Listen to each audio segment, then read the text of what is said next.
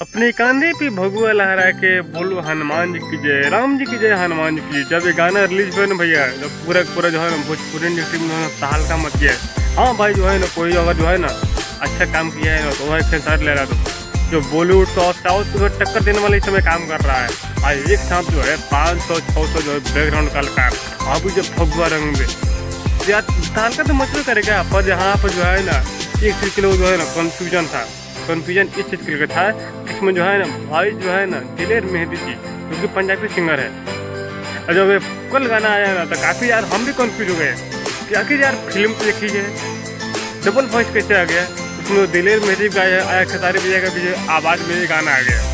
तब यहाँ पर यार एक चीज़ के लिए कन्फ्यूजन है, जाके जब फिल्म लगेगा रंगते पसंद फिल्म तो उसमें यार किसका आवाज़ में जो है ये गाना आएगा।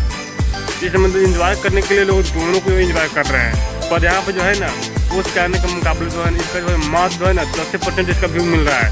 हमें लाया जाए एक दिन में कितना व्यू मिला है।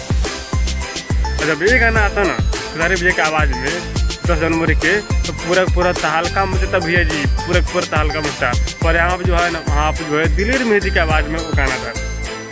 अब यहाँ पर जो है यार एक चीज़ कहना मानता है कि यार डबल वाला खेल कहाँ से खेल रहे हैं। इतने में डायरेक्टर प्रोड्यूसर है, गाना एक है, वीडियो भी एक है, पर यहाँ पर जो है डबल वॉइस आप लोग क्या करवा देते हैं। कहीं कहीं यार ऑडियंस को आप लोग क्या चुतिया समझते हैं। आप भाई खेसारी भैया से करवाई तो या दिलेर मेहंदी से करवाई तो एक ही सिंगर से करवाइए ना, तो आप लोग डबल ड्यूटी वाला खेल कहाँ से खेलवा रहे हैं। तो क्या इसमें कमी है, प्लीज़ आप लोग को अगर कुछ दिखे तो प्लीज़ बताइए कमेंट में।